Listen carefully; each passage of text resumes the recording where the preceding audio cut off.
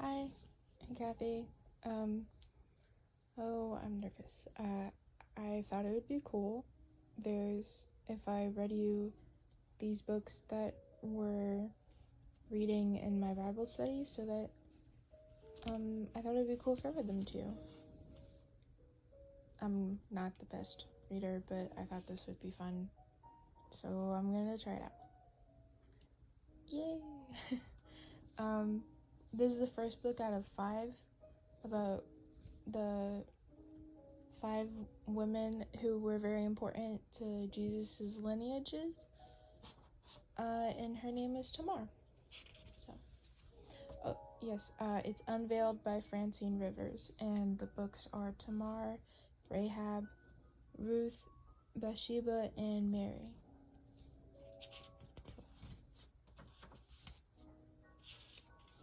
It's a really good book, by the way. It says, this was written to those who have been abused and used and yearn for justice. And then the introduction. Dear reader, this is the first of 5 novellas on the women in the lineage of Jesus Christ. These were Eastern women who lived in ancient times, and yet their stories apply to our lives and the difficult issues we face in our world today. They were on the edge, they had courage, they took risk, they did the unexpected. They lived daring lives, and sometimes they made mistakes.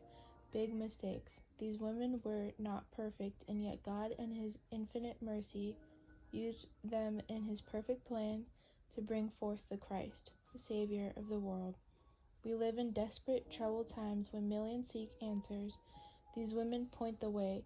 The lessons we can learn from them are as applicable today as when they lived thousands of years ago. Tamar was a woman of hope. Rahab was a woman of faith. Ruth is a woman of love. Bathsheba is a woman who received unlimited grace. Mary is a woman of obedience.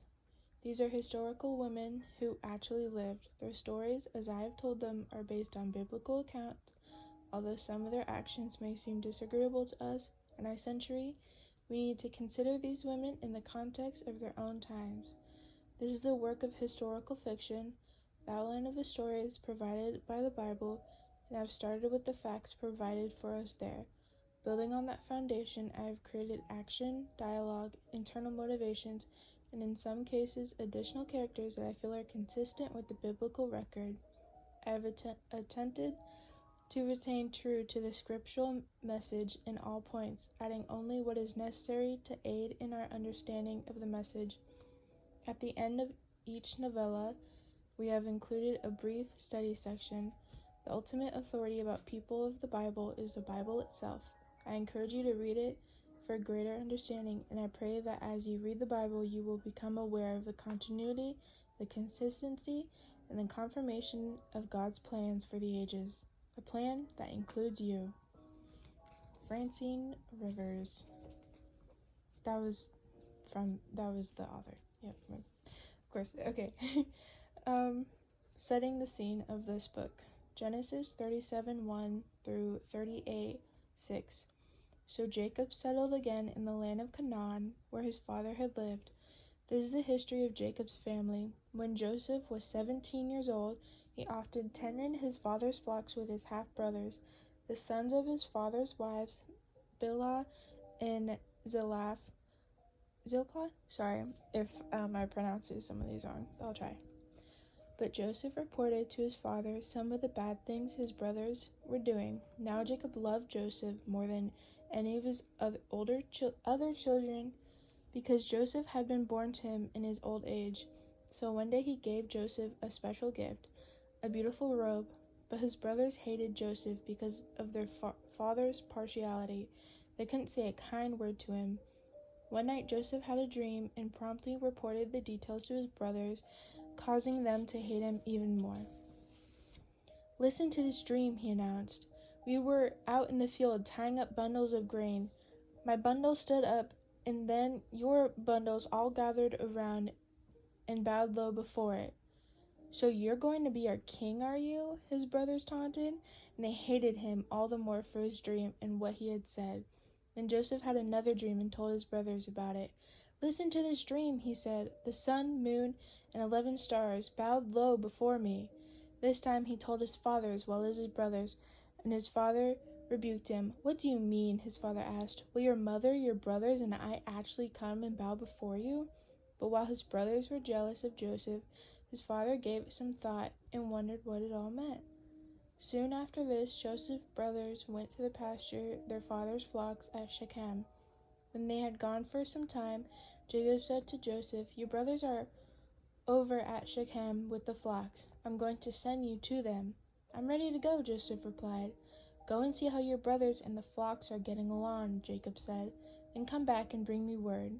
So Jacob sent him on his way, and Joseph traveled to Shechem from his home in the valley of Hebron. When he arrived there, a man noticed him wandering around the countryside. What are you looking for? He asked. For my brothers and their flocks, Joseph replied. Have you seen them? Yes, the man told him, but they are no longer here. I heard your brothers say they are going to Dothan. Dothan? So Joseph followed his brothers to Dothan and found them there. When Joseph's brothers saw him coming, they recognized him in the distance and made plans to kill him. Here comes that dreamer, they exclaimed. Come on, let's kill him and throw him into that deep pit. We can tell our father that a wild animal has eaten him. Then we'll see what becomes of all his dreams. But Reuben came to Joseph's rescue. Let's not kill him, he said. We should shed his blood. Why should we shed his blood? Let's just throw him alive into this pit here. That way he will die without us having to touch him. Reuben was secretly planning to help Joseph escape, and then he would bring him back to his father. So when Joseph arrived, they pulled off his beautiful robe and threw him into the pit. This pit was normally used to store water, but it was empty at the time. Then, just as they were sitting down to eat, they noticed a caravan of camels in the distance coming towards them. It was a group of Ishmaelite traders taking spices, balm, and myrrh from Gilead to Egypt.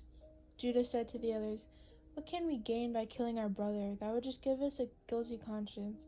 Let's sell Joseph to those Ishmaelite traders. Let's not be responsible for his death. After all, he is our brother. And his brothers agreed. So when the traders came by, his brothers pulled Joseph out of the pit and sold him for 20 pieces of silver. And the Ishmaelite traders took him along to Egypt. Sometime later, Reuben returned to get Joseph out of the pit. When he discovered that Joseph was missing, he tore his clothes in anguish and frustration. Then he went back to his brothers and lamented, The boy is gone. What can I do now? Then Joseph's brothers killed a goat and dipped the robe in its blood. They took the beautiful robe to their father and asked him to identify it.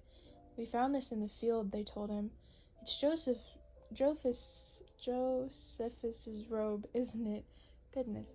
Their father recognized it at once. Yes, he said, it is my son's robe. A wild animal has attacked and eaten him. Surely Joseph has been torn in pieces. Then Jacob tore his clothes and put on a sackcloth. He mourned deeply for his son for many days. His family all tried to comfort him, but it was no use.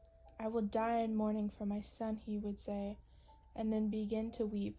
Meanwhile in Egypt, the traders sold Joseph to Potiphar, an officer of Pharaoh, the king of Egypt. Potiphar was captain of the palace guard. About this time, Judah left home and moved to Adullam, where he visited a man named Hirah. There he met a Canaanite woman, daughter of Shua, and he married her. She became pregnant and had a son, and Judah named the boy Then Judah's wife had another son, and she named him Onan. And when she had a third son, she named him Shelah. At the time of Shelah's birth, they were living in Kezib. When his oldest son grew up, Judah arranged his marriage to a young woman named Tamar. Cool. That's all of the introduction. I think I'll go chapter by chapter. Hopefully you enjoy it. Hopefully I get better at reading. And yeah. Anyways, love ya. Have fun.